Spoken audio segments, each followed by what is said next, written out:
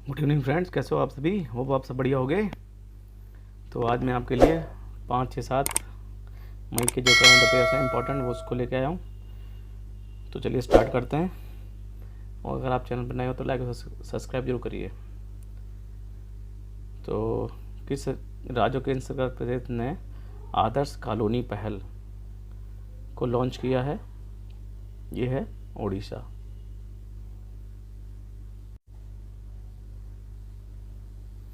कुछ important facts हैं इसके। ये देखिए, आदर्श कॉलोनी पहल के हिस्से के रूप में उड़ीसा सरकार ने तटवर्ती कटाव और जलवायु परिवर्तन से प्रभावित लोगों के लिए भारत की पहली पूर्णवासी, पहली है तो काफ़ी इंपॉर्टेंट हो जाता है, कॉलोनी स्थापित करने के लिए 22.5 करोड़ रुपए की मंजूरी की है। ठीक है। क्वेश्चन नंबर 2 है, रणजीत गुहा जिनका हाल में दिनों क्या थे, किस पेशे से जुड़े थे? तो ये एक इतिहासकार थे। ठीक है। क्वेश्चन नंबर 3 है, बिहान मेला कौंद जनजाति द्वारा किस राज्य में मनाया जाने वाला वार्षिक त्यौहार है? तो ये उड़ीसा राज्य में है।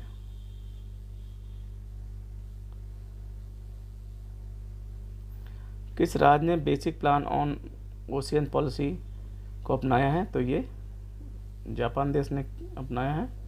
और जापान के प्रधानमंत्री कौन है? Fumio Kishida. ठीक है। क्वेश्चन नंबर 5 है, जनशक्ति प्रदर्शन का आयोजन किस कार्यक्रम की 100वीं कड़ी के साथ मनाया गया? तो ये मनाया गया मन की बात। और मन की बात कौन करते हैं? नरेंद्र मोदी जी करते हैं, रेडियो के माध्यम से बात करते हैं।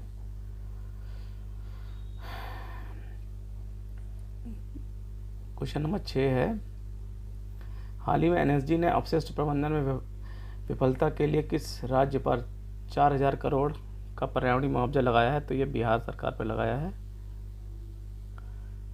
इंपॉर्टेंट क्वेश्चन है।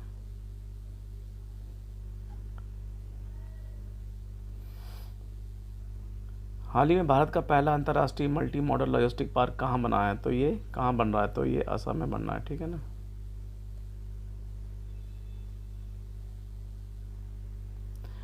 हाल ही में किस देश के एथलीट नेजल अमोस पर डोपिंग की वजह से 3 साल का प्रतिबंध लग गया है? तो ये बोत्सवाना देश के हैं। ठीक है।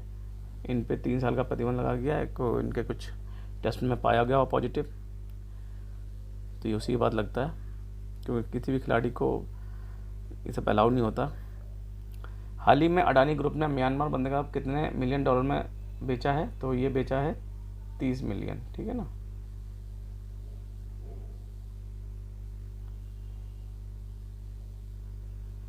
हाल ही में वनडे क्रिकेट में सबसे तेज 5,000 रन बनाने वाले खिलाड़ी कौन है? बाबर आजम, पाकिस्तान के। अभी और एक चीज़ और है, सबसे तेज 12,000 रन बनाने वाले दूसरे एशियाई खिलाड़ी हैं ये प्लेयर। ठीक है। और नंबर 1 पे कौन है? नंबर 1 पे हमारे हैं कोहली जी।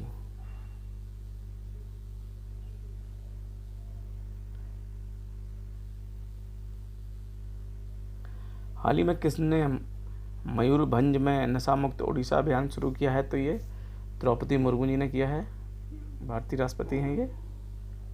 ठीक है, ये सही है।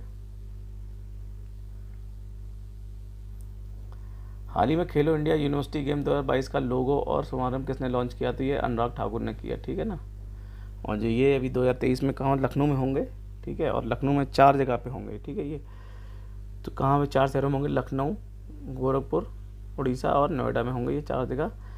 और ये राष्ट्रीय विश्वविद्यालय खेल हैं, तो इनका आयोजन किया जाएगा। इसमें रोइंग, बास्केट, जूडो, कबड्डी, कुश्ती, तैराकी, मुक्केबाजी आदि समेत 20 खेल प्रतियोगिताओं का आयोजन कराया जाएगा। और इसमें लगभग 150 विश्वविद्यालयों के लगभग 4,500 एथलीट भाग लेंगे। ठीक है ना।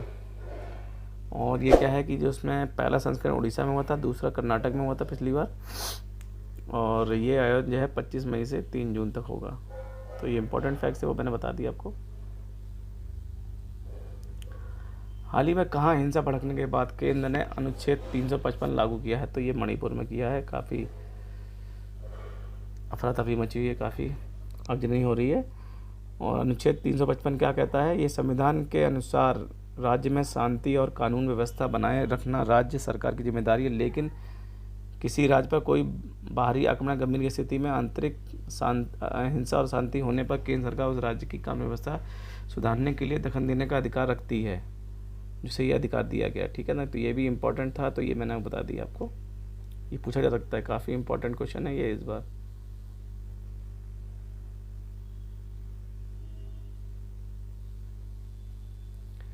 क्वेश्चन नंबर 14 है, हाल ही में केंद्रीय मंत्री नित्यानंद राय ने कहाँ भूमि बंदरगाह का उद्घाटन किया? तो ये मेघालय में किया है।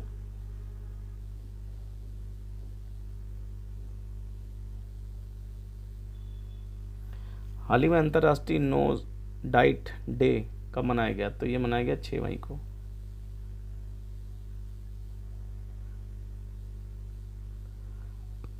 इंपॉर्टेंट फैक्ट्स हैं। हाल ही में किसे भारतीय बास्केटबॉल महासंघ का प्रशासक नियुक्त किया गया? तो ये पी कृष्ण भट्ट को किया गया है। हाल ही में किस देश ने अपना खुद का chat GPT Gita check launch किया है? तो ये रूस ने किया है। और हाल ही में किससे फ्रांस की बेस्टल डे परेड में सम्मानित अतिथि के रूप में किसे आमंत्रित किया गया? तो ये नरेंद्र मोदी जी को किया गया है। और हाल ही में वेकफिट ब्रांड एम्बेसडर के रूप में किसे नियुक्त किया गया है? तो ये अंशुमान खुराना को किया गया है। ठीक है ना। और एक और रह गया ये, हाल ही में किस देश के सलाहकार ने मशीन कैन-सी 2023 शिखर सम्मेलन की शुरुआत की है? तो किसने की है? संयुक्त अरब अमीरात ने की है।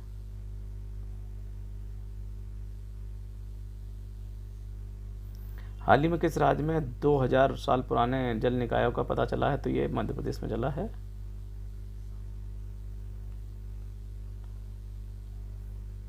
हाल ही में किस राज्य सरकार ने डिज्नीलैंड के आधार पर रामलैंड विकसित करने की योजना बनाई? तो ये उत्तर प्रदेश सरकार ने बनाई है।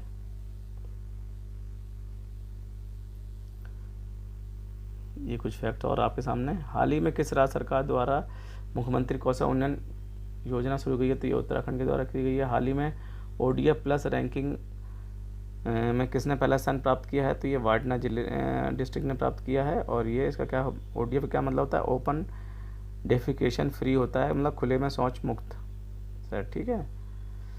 और हाल ही में किस राज्य के मुख्यमंत्री ने विजाग टेक पार्क की आधारशिला रखी है? तो ये आंध्र प्रदेश में रखी गई है। और हाल ही में किस राज्य सरकार ने अल्पसंख्यक कार्यों का नया निदेशालय बनाया है? तो ये नागालैंड में बनाया गया है। और हाल ही में किस पेमेंट बैंक ने national payment corporation of India के साथ सहयोग एक साझा समझौता किया? तो एयरटेल पेमेंट बैंक ने इनके साथ करार किया है। हाल ही में भारतीय मूल के किस व्यक्ति को विश्व बैंक के अध्यक्ष के रूप में नियुक्त किया गया? तो ये अजय बंगा, मोस्ट इम्पॉर्टेंट। ठीक है। हाल ही में राष्ट्रीय विनिर्माण नवाचार सर्वेक्षण में किस राज्य को अभिनव राज्य का स्थान प्राप्त हुआ? है कर्नाटक। ये भी इम्पोर्टेंट क्वेश्चन है।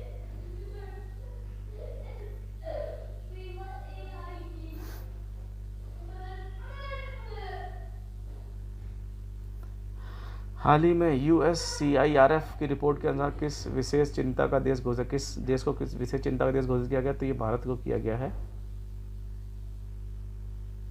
और इसकी जो फुल फॉर्म क्या होती है?